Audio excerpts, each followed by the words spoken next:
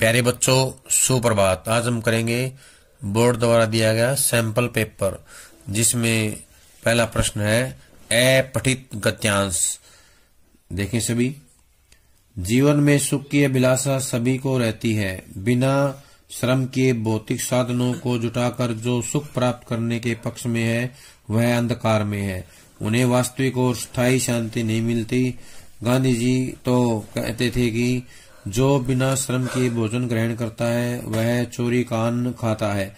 ऐसी सफलता मन को शांति देने की बजाय उसे व्यतीत करेगी। परिश्रम से दूर रहकर और सुखमय जीवन व्यतीत करने वाले विद्यार्थी को ज्ञान कैसे प्राप्त होगा। हवाई किले तो सहज ही बन जाते हैं, लेकिन वे हवा के हल्के झोंके से ढह जाते हैं। मन में मधुर कल्पनाओं के संजोने मात्र से किसी कार्य की सिद्धि नहीं होती। कार्य सिद्धि के लिए उद्यम और सतत उद्यम आवश्यक है। तुलसीदास ने सत्य ही कहा है, सकल पदार्थ जग माही, कर्महीन नर पावत नाही। अर्थात इस दुनिया में सारी चीजें हासिल की जा सकती हैं, लेकिन वे कर्महीन व्यक्ति को कभी नहीं मिल सकती। अगर आप भविष्य में सफलता की फसल काटना चाहते हैं तो आपको उसके लिए बीज आज ही बोने होंगे। आज बीज नहीं बोएंगे, भविष्य में फसल काटने की उम्मीद कैसे कर सकते हैं। पूरा संसार कर्म और फल के सिद्धांत पर चलता है, इसलिए कर्म की तरफ आगे बढ़ना होगा। यदि सही मायने में सफल होना चाहते हैं तो कर्म में जुट जाएं और तब तक जुटे रहें जब तक कि सफल न हो जाएं। अपना एक एक मिनट अपने लक्ष्य को समर्पित कर दें। काम में जुटने से आपको हर वस्तु मिलेगी जो आप पाना चाहते हैं। सफलता, सम्मान, धन, सुख या जो भी आप चाहते हैं। गद्यांश का प्रश्न नंबर 1 है। गद्यांश के अनुसार डैश व्यक्ति के जीवन में अंधकार ही बताया गया है। श्रमहीन, विश्रामहीन, नेत्रहीन, प्रकाशहीन। तो इसका उत्तर आएगा श्रमहीन। कै जो है इसका उत्तर है। हवाई किले तो सहज ही बन जाते हैं, लेकिन वे हवा के हल्के झोंके से ढह जाते हैं।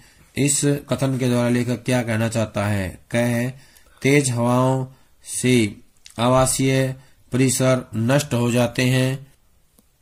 अगला ऑप्शन ख है, हवा का रुख अपने पक्ष में परिश्रम से किया जा सकता है। हवाई कल्पनाओं को हमेशा संजो कर रखना असंभव है। परिश्रमहीनता से सफलता असंभव है। तो इसका सही उत्तर आएगा ऑप्शन घ, परिश्रमहीनता से सफलता असंभव है। कई किताबों में ये ग दिया हुआ है, लेकिन इसका जो सही उत्तर है वो ये रहेगा, परिश्रमहीनता से सफलता असंभव है। सतत उद्यम से क्या तात्पर्य है? क, निरंतर तपता हुआ उद्यम। ख, निरंतर परिश्रम करना। ग, ज्ञान का सतत उद्यम। घ, सतत उठते जाना। तो इसका सही उत्तर है ख, निरंतर परिश्रम करना। किस अवस्था में प्राप्त सफलता मन को व्यतीत करेगी? सकल पदार्थ द्वारा प्राप्त करने पर, भौतिक संसाधनों द्वारा प्राप्त करने पर। ग, दूसरों द्वारा किए गए अथक प्रयासों से। घ, श्रमहीन तरीके से प्राप्त करने पर। तो इसका उत्तर आएगा घ, श्रमहीन तरीके से प्राप्त करने पर। मनुष्य के काम में जुटने से सफलता, सम्मान, धन और सुख की प्राप्ति होती है। इस संदर्भ में निम्न में से कौन सा सही नहीं है? क, अपना एक एक मिनट अपने लक्ष्य को समर्पित करना। सफलता मिलने तक कर्म में जुटे रहना। ग, अपनी सुविधा अनुसार कर्म में लगना। घ, पूरा संसार कर्म और फल के सिद्धांत पर चलता है। तो इसका उत्तर आएगा ग, अपनी सुविधा अनुसार कर्म में लगना। ये इसका सही उत्तर है। अगला है, काव्यांश के आधार पर प्रश्नों के उत्तर दीजिए। मैंने हंसना सीखा है, मैं नहीं जानती रोना। वर्षा करता पल पल पर मेरे जीवन में सोना। मैं अब तक जान न पाई कैसी होती है पीड़ा। हंस हंस जीवन में कैसे करती है चिंता क्रीड़ा। जग है ऐसार सुनती हूँ, मुझको सुखसार दिखता। मेरी आंखों के आगे सुख का सागर लहराता। कहते हैं होती जाती खाली जीवन की प्याली, पर मैं उसमें पाती हूँ प्रतिपल मुद्रा मत वाली। उत्साह उमंग निरंतर रहते मेरे जीवन में, उल्लास विजय का सत्ता मेरे मत वाले मन में। आशा आलोकित करती मेरे जीवन के प्रतिक्षण है, सवर्ण सूत्र से वलयित मेरी असफलता के घन सुख भरे सुनहले बादल रहते हैं मुझको बादल घेरे। विश्वास प्रेम साहस हैं जीवन के साथी मेरे। प्रश्न नंबर 1 है, वर्षा करता पल पल मेरे जीवन में सोना। कवित्री का सोना से क्या अभिप्राय है? श्रवण, कंचन, आनंद, आराम। तो इसका आएगा गय उत्तर, आनंद। असफलता के बादलों को कवित्री ने किससे घेर कर रखा है? क, असफलता के बादलों को सोने की छड़ी से घेर कर रखा है। ख, कवित्री सफलता में भी असफलता की आशा से भरी रहती है। ग, कवित्री ने असफलता के बादलों को सोने के सूत्र में घेर कर रखा है। है बादल के बरसने पर निकलने वाली बूंदों से, क्योंकि इनसे नव सृजन होता है। तो इसका उत्तर आएगा ग। कवित्री ने असफलता के बादलों को सोने के सूत्र से घेर कर रखा है, ये इसका सही उत्तर है। अगला प्रश्न है प्रश्न नंबर 3।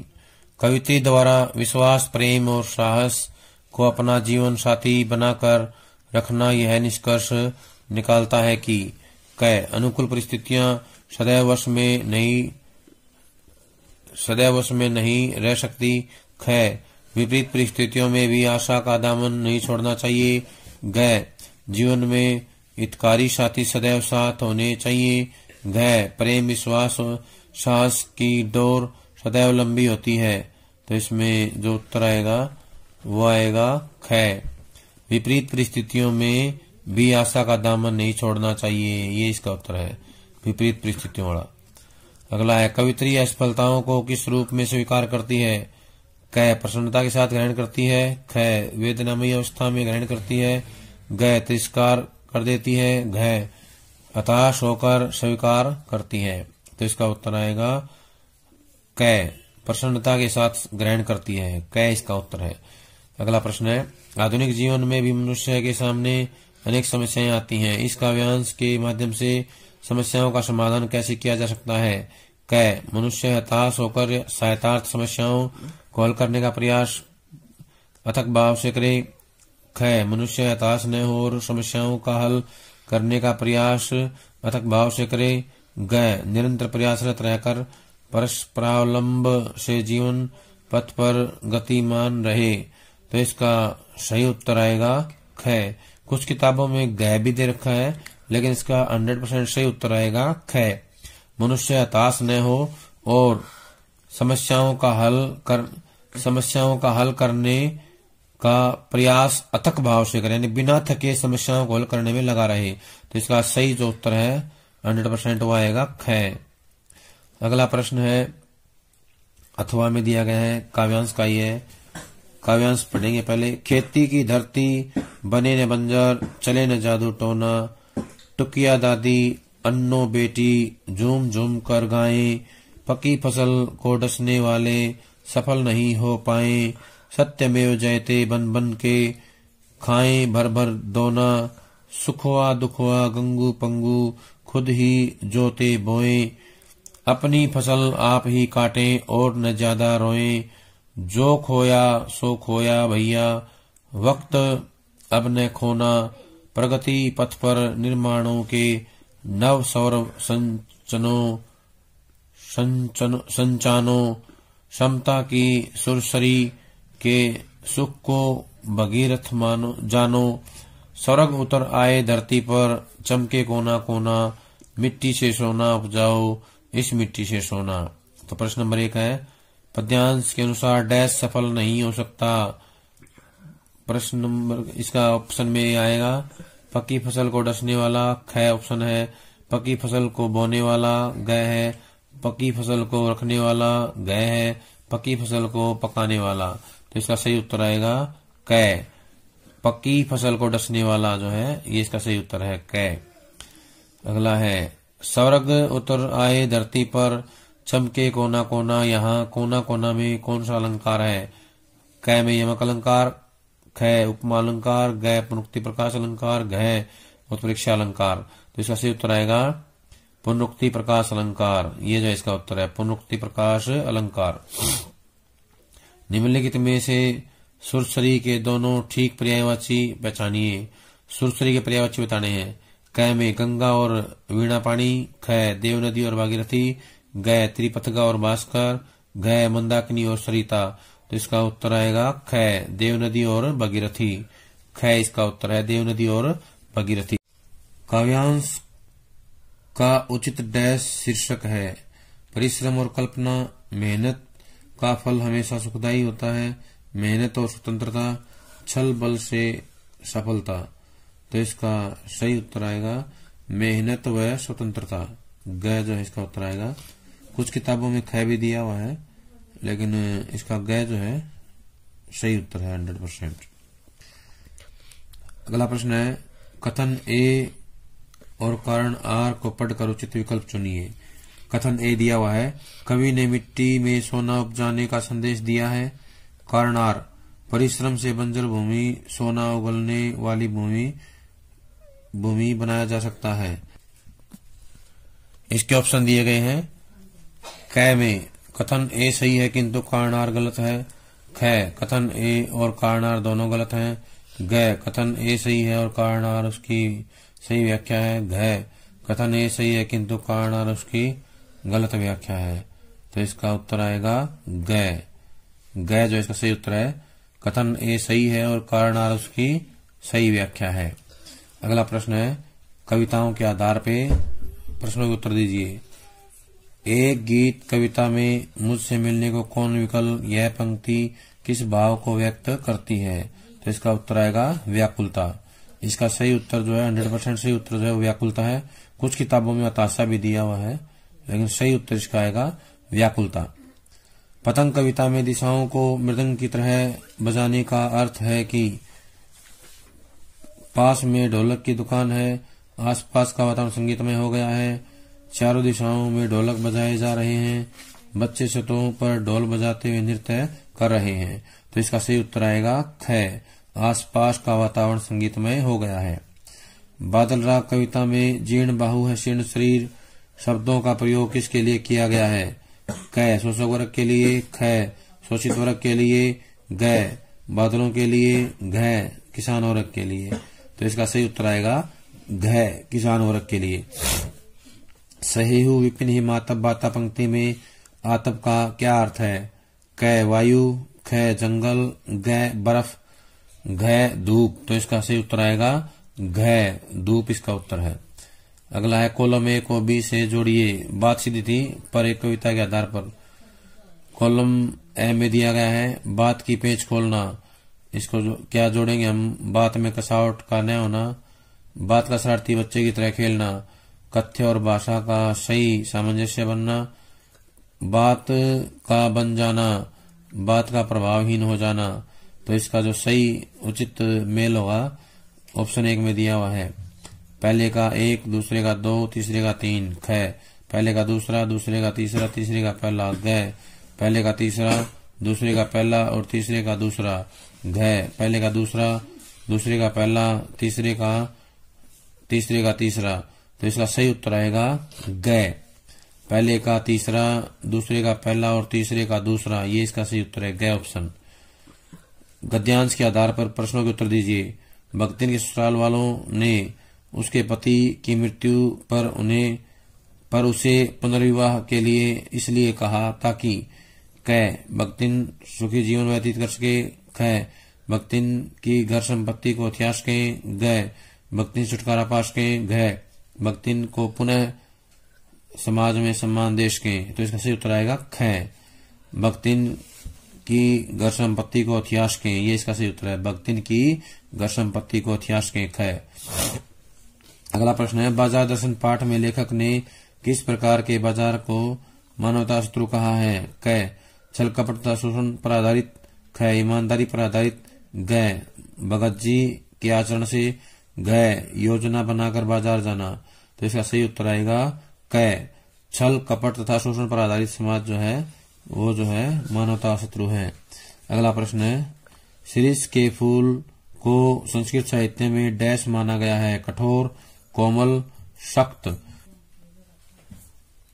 अगला ऑप्शन है मजबूत, तो इसका सही उत्तर आएगा कोमल। ख जो है, ख इसका ऑप्शन जो है सही है, कोमल।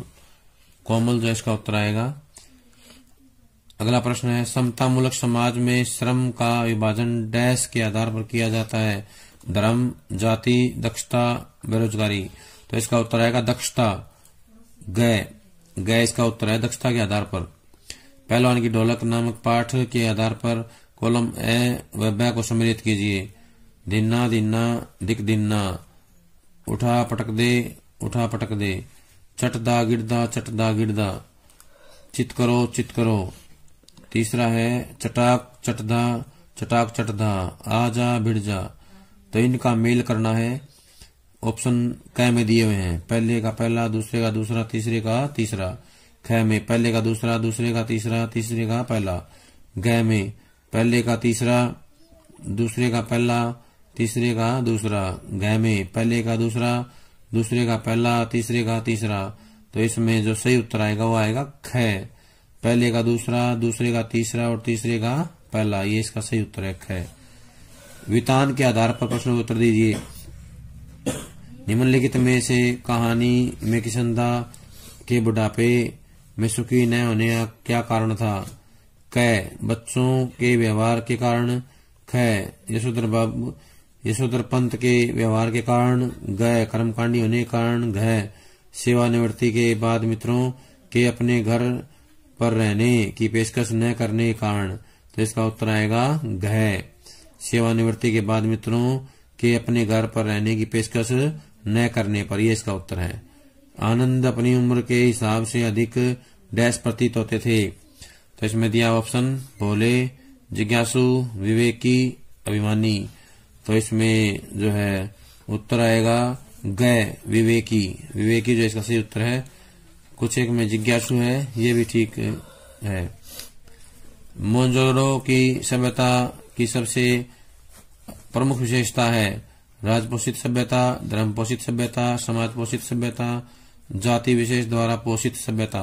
तो इसका उत्तर आएगा समाज पोषित सभ्यता। ग जो इसका राइट आंसर है, समाज पोषित सभ्यता। सिंधु घाटी की सभ्यता के संबंध में कौन सा कथन सही नहीं है? सही नहीं है बताना है। क, सिंधु घाटी सभ्यता प्राचीनतम सभ्यता थी। ख, सिंधु घाटी सभ्यता में राजतंत्र स्थापित नहीं था। ग, सिंधु घाटी सभ्यता आडंबरहीन थी। घ, सिंधु घाटी सभ्यता छोटी होते हुए भी महान थी।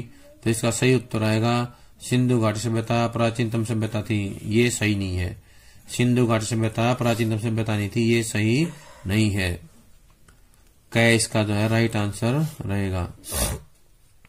जूझ नामक पाठ के कथन ए और आर को पढ़कर उचित विकल्प दीजिए। कथन ए, शिक्षक के सार्थक परिश्रम की गवाही आनंद है।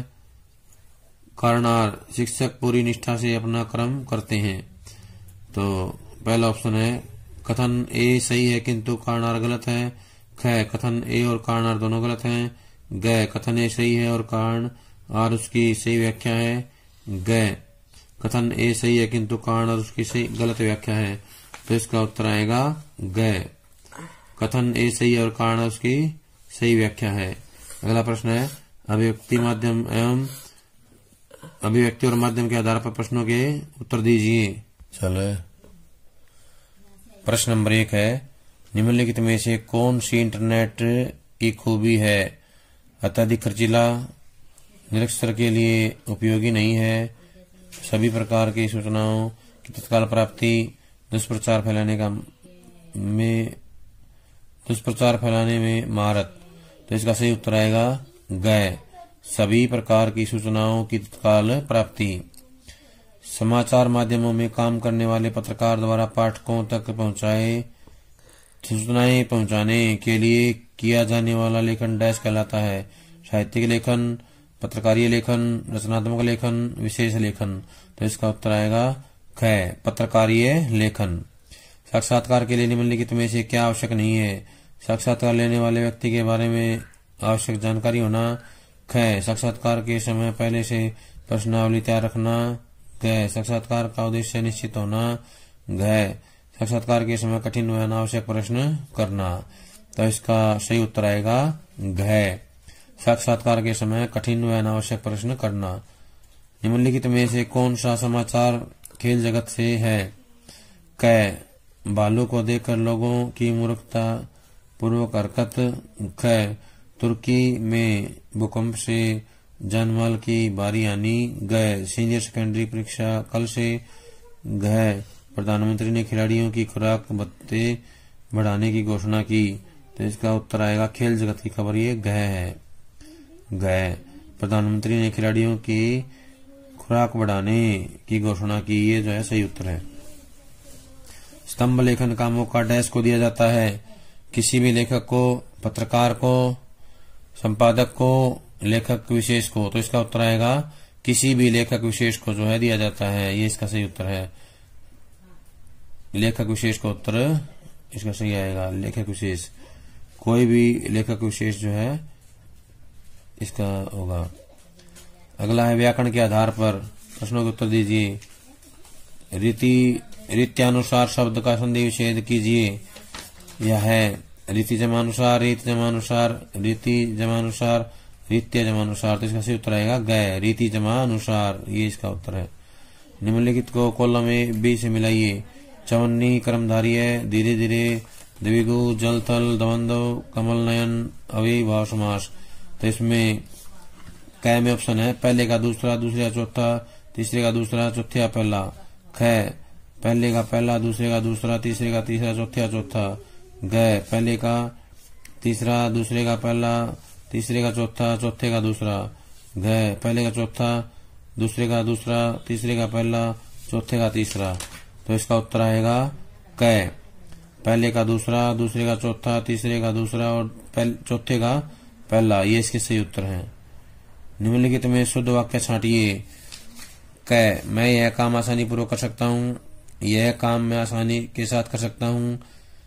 यह काम मैं आसानी सहित कर सकता हूँ। यह काम मैं आसानी से कर सकता हूँ। तो इसका सही उत्तर आएगा यह काम मैं आसानी से कर सकता हूँ। गह जो है इसका उत्तर है, मैं यह काम आसानी से कर सकता हूँ। मैंने गुनगुने गर्म पानी से स्नान किया। इस वाक्य में क्या दोष है? शब्द क्रम संबंधी, मुहावरे संबंधी, पुनरुक्ति संबंधी, प्रसंग संबंधी। तो इसका सही उत्तर आएगा पुनरुक्ति संबंधी दोष है। इसमें पुनरुक्ति संबंधी दोष जो है इस वाक्य में है। अगला प्रश्न है योगदान में डैश समास है? अव्ययीभाव समास, कर्मधारय समास, बहुब्रीहि समास, तत्पुरुष समास।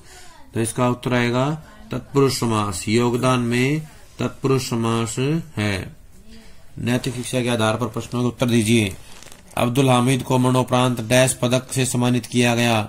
भारत रत्न, परमवीर चक्र, पद्मश्री, पद्म विभूषण। तो इसका आएगा परमवीर चक्र। ख जो है इसका उत्तर है परमवीर चक्र।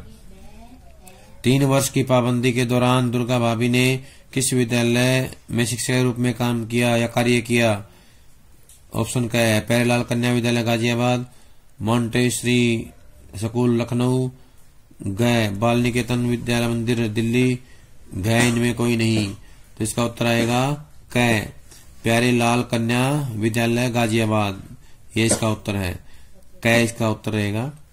गरीब और पिछड़ी जाति के बच्चों के प्रति बसु ने क्या विचार थे या बसु ने क्या कहा? क, आदमी परिश्रम से ही ऊंचा होता है, धन या जाति से नहीं। ख, मनुष्य बलहीन तो आत्मबल के गिरने या नष्ट होने से होता है।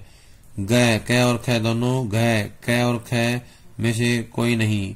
तो इसका उत्तर आएगा ग, क और ख दोनों, ये इसका उत्तर है क और ख दोनों।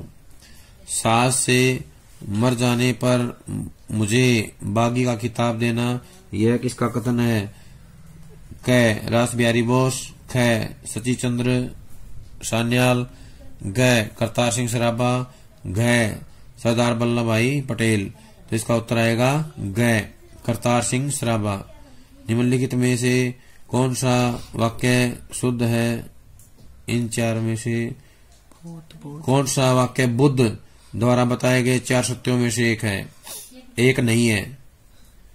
निम्नलिखित में से कौन सा वाक्य बुद्ध द्वारा बताए गए 4 सत्यों में से नहीं है? संसार दुखों का घर है, संसार सुखों का घर है, दुखों का मूल कारण मनुष्य की तृष्णा एवं लालसा है, तृष्णा का पर विजय पाकर दुखों पर मुक्ति पाई जा सकती है। तो इसका सही उत्तर आएगा संसार सुखों का घर है। ख इसका उत्तर है, संसार सुखों का घर है। प्यारे बच्चों, ये था सैंपल पेपर बोर्ड में जो है दिया गया था, तो इसको याद कर लें। इसमें से काफी प्रश्न जो है एनुअल एग्जाम में मार्च में आने की संभावना है। सभी को याद कर लें। बहुत बहुत धन्यवाद।